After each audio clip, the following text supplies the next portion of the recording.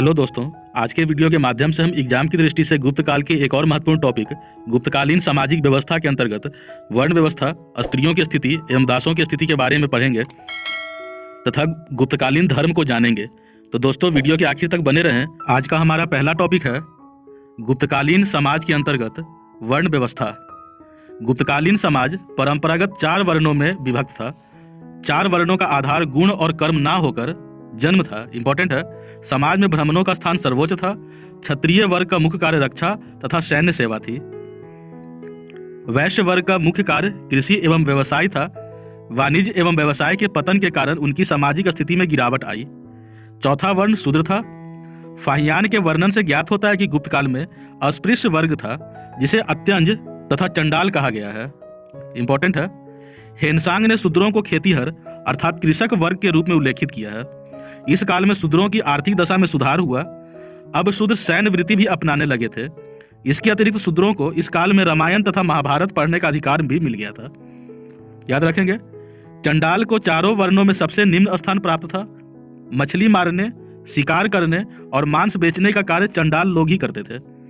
नई जातियों में भूमि अनुदान की प्रथा के कारण कायस्थों का उदय हुआ। कायस्थों का सर्वप्रथम उल्लेख याज्ञवल्क्य की स्मृति में मिलता है। इंपॉर्टेंट है। इस काल में वर्ण व्यवस्था का आधार पर न्याय किया जाता था और दंड में वर्णभेद कायम था। मनुस्मृति के अनुसार चोरी करने पर ब्राह्मण को अधिक दंड दिया जाता था, शूद्र को सबसे कम दंड दिया जाता था, जबकि हत्या के आरोपी शूद्र को सर्वाधिक दंड और ब्राह्मण को कम दंड मिलता था। ब्राह्मण मृत्युदंड की सजा से मुक्त थे। आगे देख लेते हैं स्त्रियों की स्थिति। गुप्त काल में स्त्रियों की दशा में पहले की अपेक्षा गिरावट आई। इसका मुख्य कारण उपनयन संस्कार का बंद होना, अल्पायु में विवाह होना, मोस्ट इंपॉर्टेंट पर्दा प्रथा और सती प्रथा गुप्तों के शासन काल में ही प्रचलन में था। अगर कोई व्हाट्सएप यूनिवर्सिटी के माध्यम से बताए कि पर्दा प्रथा या सती प्रथा अरबों के आक्रमण के बाद आया, तो याद रखिएगा भानुगुप्त के एरन अभिलेख 510 ईस्वी, जिसमें सर्वप्रथम सती प्रथा का उल्लेख मिलता है। महत्वपूर्ण है, याद रखेंगे। आगे है, इस काल में देवदासी प्रथा का भी प्रचलन था। इस प्रथा में महिलाओं को बाल्य अवस्था से ही देवों की दासी बनाकर मंदिरों में रखा जाता था।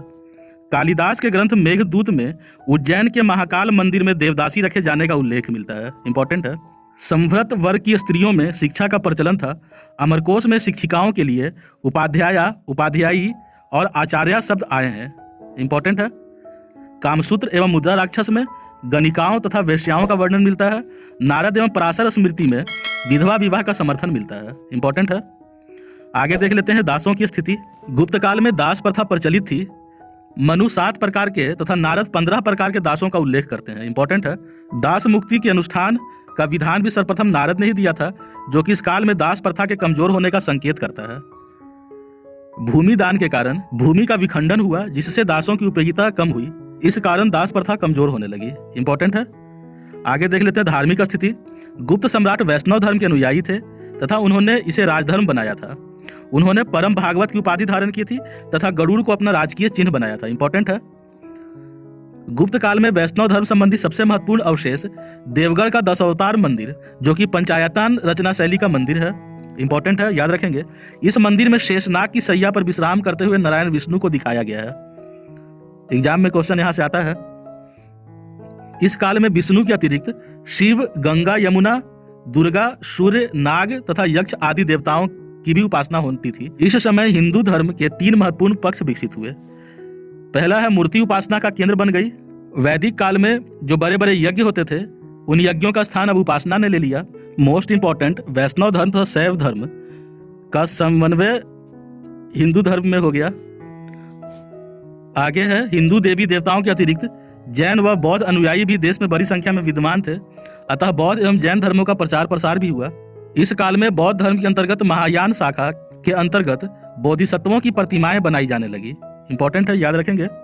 प्राचीन काल में विभिन्न प्रकार के मतांतर और दृष्टिकोण प्रचलित थे, परंतु गुप्त काल में चलकर ये सांड्य दर्शन के रूप में विकसित हुए। तो दोस्तों, इसी के साथ आज का हमारा क्लास खत्म होता है।